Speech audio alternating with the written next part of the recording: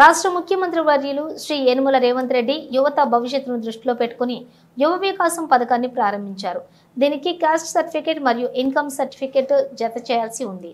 అందుకు గాను ఎవరైతే ఈ యువ వికాసం పథకాన్ని గుర్తించి ఇన్కమ్ మరియు కాస్ట్ సర్టిఫికేట్లను కోరుతూ అప్లై చేస్తారో వారికి ఒకరోజు సమయంలో వాటిని శాంక్షన్ చేయాల్సిందిగా కోరుతూ అమర్పేట ఎంఆర్ఓ మీరాబాయి గారిని కలిసి వినతి పత్రం టీపీసీసీ సెక్రటరీ శంబుల శ్రీకాంత్ గౌడ్లతో కలిసి అందించిన Bagh Amberpet division contested corporator Shambula Ushasri Srikanth Goud MRO Meerabai వెంటనే స్పందించి ఎవరైతే ఆన్లైన్లో అప్లై చేస్తారో వారు ఆ ఫైల్ని తనకి స్వయంగా ఇస్తే ఒక్కరోజు సమయంలోనే శాంక్షన్ చేస్తారని హామీ ఇవ్వడం జరిగింది.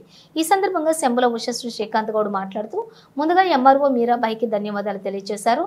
నిరుద్యోగ యువతకు ఈ యొక్క యువ వికాసం పథకంలో 50,000 నుండి 4 లక్షల వరకు లోన్ ఇవ్వడం జరుగుతుంది. దీనిలో 60% నుండి 80% వరకు ప్రభుత్వం సబ్సిడీ ఇవ్వడం జరుగుతుంది.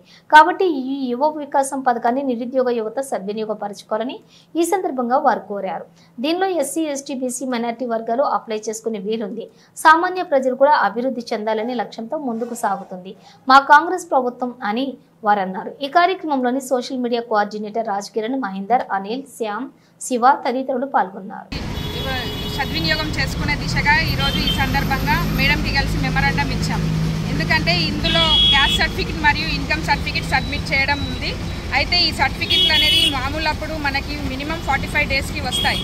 కాబట్టి అంతలోపు ఈ స్కీమ్ యువత సద్వినియోగపరచుకునేందుకు విధంగా ఎవరైతే ఈ యువ వికాసం పథకానికి సబ్మిట్ చేస్తారో దానికి వచ్చిన వారందరికీ కూడా క్యాస్ట్ సర్టిఫికేట్, ఇన్కమ్ సర్టిఫికేట్ని ఒక్క రోజులో వాళ్ళకి ఇష్యూ చేయవలసిందిగా ఎంఆర్ఓ మీరాబాయి గారిని కలిసి మేము అందరం కూడా మెమరాండం ఇవ్వడం జరిగింది.